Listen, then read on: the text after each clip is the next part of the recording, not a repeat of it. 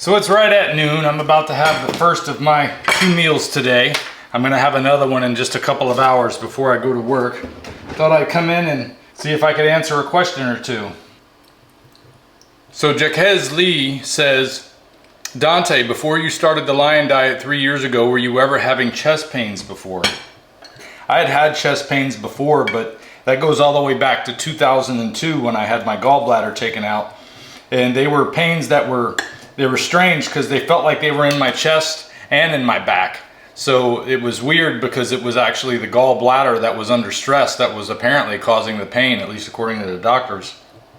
And that's why they found out that I was full of gallstones. But that again, that was 2002, and I started eating this way in 2021. I hope that answers your question. Okay, here's a good one where I talked about Dr. Bart Kay on how to start carnivore. Should you jump right in, basically, was the focus of the video. And apparently people I thought very negatively of it. I wasn't inspired by it, I could say that. A few points of context to help you understand exactly what Bart is talking about here. The clip seems to be missing a very clear statement that would help you understand what Bart means here. Number one, he's talking about gut biome issues that can show up after suddenly changing your diet overnight. These issues don't happen right away. Sometimes they can take months before they show up. The issue is the microbiome eats our food, and the type of bacteria in our microbiome can get sick, angry, and cause all kinds of issues with our bodies if our microbiome goes to war. This includes low energy, bowel issues, pain all over the body. The gut is full of nerves, neurons, and basically your entire body can have issues if your gut goes bad. How does it go bad? Simple. The bacteria start fighting for resources. The new diet, which can include them fighting each other, eating your gut walls, under-digesting food, over-digesting food, excreting toxins. All manner of terrible things happen depending on the kind of microbes we are talking about. This can be avoided if you don't change your diet overnight. You give your microbiome time to adjust to the new diet for the bacteria that was living off plants, fiber, sugar, etc. To slow down, regulate, die, or go to sleep. Change your diet overnight can be really bad. This is true for any diet change, and what he is saying is any major change in diet should never happen overnight. Some people can get away with it, but those who cannot, the negative effects can be a disaster. Some people just have runny stools for a week and then it's over. Others 6 months and start to have major issues, all of which can be avoided with the transition. It's much safer to take 6 weeks to allow your microbiome to adjust to the food changes so that you don't end up with your bacteria fighting or digging into your gut walls. Taking this seriously is important because most people who cite that carnivore didn't work for them changed overnight. We can avoid people thinking carnivore doesn't work because it made me feel worse by simply giving them this advice to change slowly.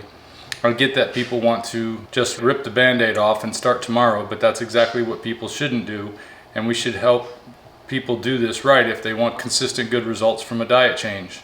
Number two, oxalate can take years to leave your system, so I just want to clarify that he's not talking about oxalates here, and in fact 6 weeks would not be enough for any person to detox from oxalates. This is a completely different issue from what Bart is talking about. Okay, well, that's good to know. I like the perspective there. I definitely agree with everything he said. So I always say I'm not the authority on all this stuff. I'm just going through it and trying to figure out what's true and what's not true. But it just didn't make a whole lot of sense without that perspective, without that context that Matt Unwin, M-A-T-T-U-N-W-I-N, is who left that comment. So that's what Matt was saying, and I can appreciate that perspective, and I wanted to come make this video so that I could follow up and let you know that I'm open to understanding things that I don't understand on this diet, and I'm just sharing my experience when I react to a video like that. And that video not having enough context might make it actually work to our detriment because people will be confused by the lack of context and information. So anyway, that's all I got for that one, guys. I'll see you next time. If we pay extra, could we maybe get some grease or fat?